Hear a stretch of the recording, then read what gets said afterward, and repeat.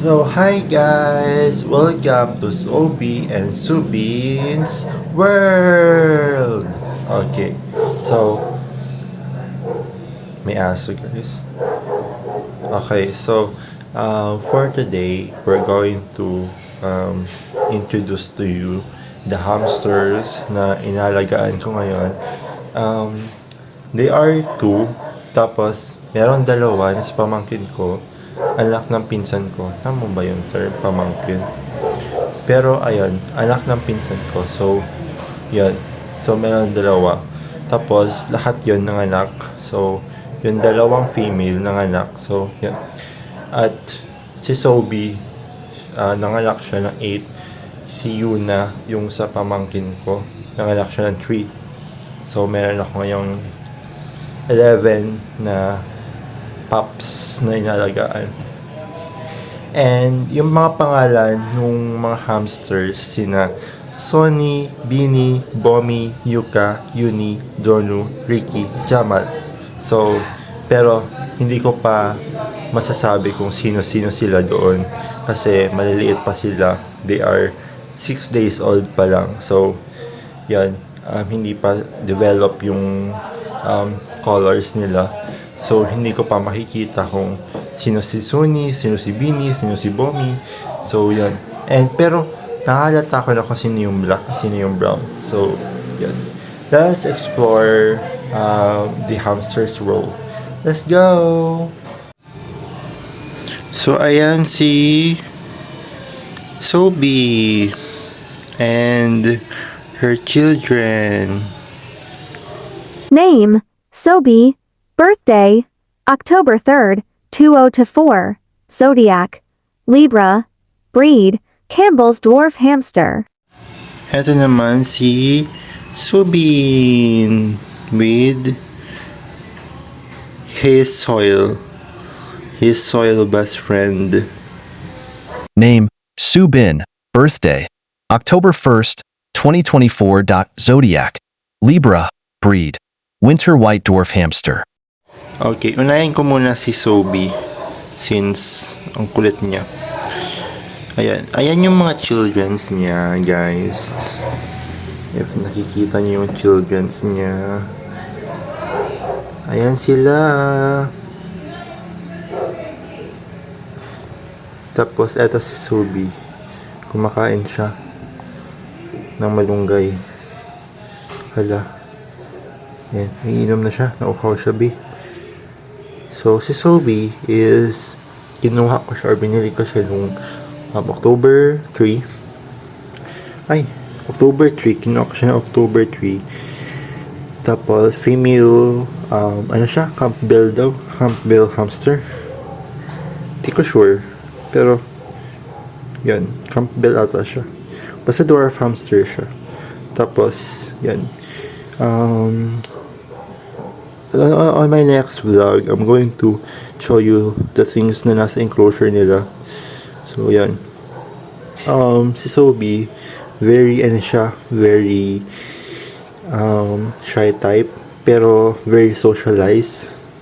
Kapag madali siyang lumapit sa hands ko, very tame din siya. Silang dalawa ni Sobi, very tame sila.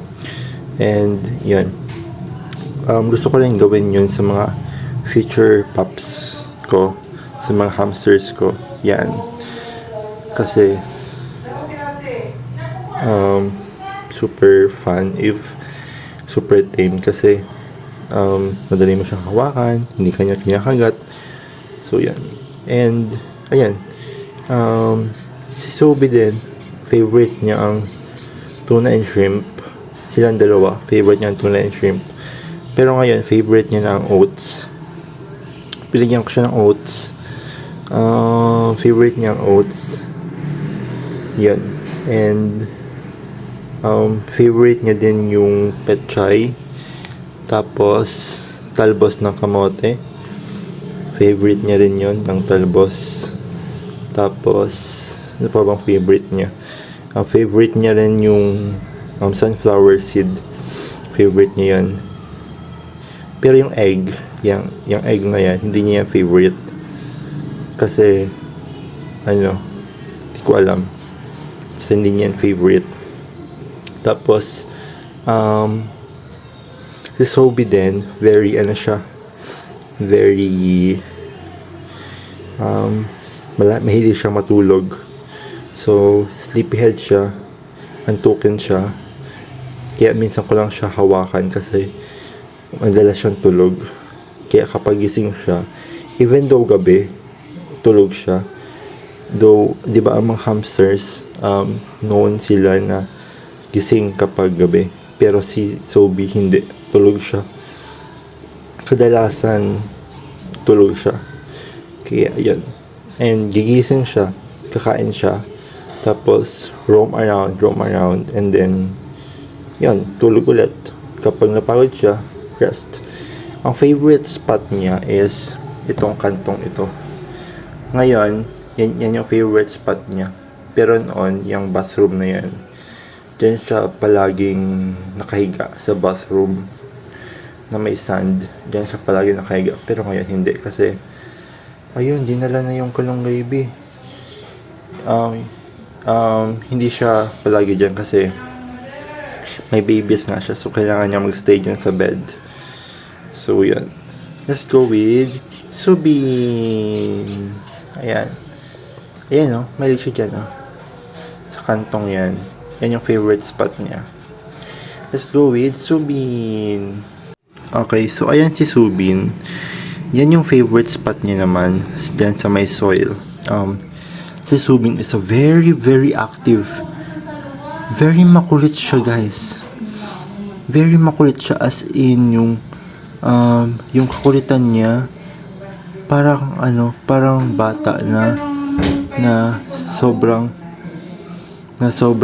kulit. Yun yung kulit niya. Tapos mahilig siyang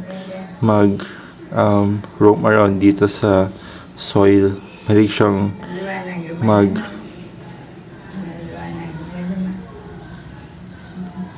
siyang ikot-ikot dito sa coconut soil. And iba yung diet ni Subin kay Sobi. So, si Sobi is more on for milk production. Yung binibigay ko sa kanya, which is the malunggay, the oats, the seeds. Yun yung diet ni Sobi. So, more on. Okay, so naputol siya kasi naubos na ng memory yung phone ko. Sorry, pero yan. Let's go on to Subin's diet. So yung kay Sobi kasi more on for milk production, more on for mother's diet. Pero yung kay Sobi, lang siya, pellets, African mix, tapos egg, yun lang. Yung sa African mix, meron siyang iba-ibang food na din. So, yun. And meron siyang water. Yung water din is, pinapalitan ko yung water ni Subins every 8 p.m. and every 7 a.m. Tapos, yung kay Sobi, pinapalitan ko yung water ni Sobi every 3 hours. Depende sa dumi ng water niya. Pero, ngayon, pinapalitan ko yung kay Sobi every 3 hours. Pero noon, ganun din yung kay Subin. Ganun din yung kay Subin every 8 p.m. and 7 a.m. Yun yung pagpalit ko. Tapos, wala siyang bathroom sand kasi nag-order pa lang ako ng isa pang bathroom sand. Kasi, share sila dyan before. So, yun. And ngayon, dinala ko muna kay Sobi kasi mas kailangan niya yung yung sand. Kasi kailangan niyang malinis yung surrounding niya. And yun yung mga about kay Sobi and Subin.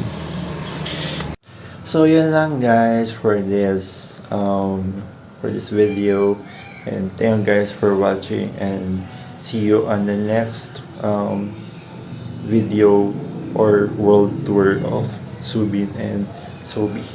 Bye bye.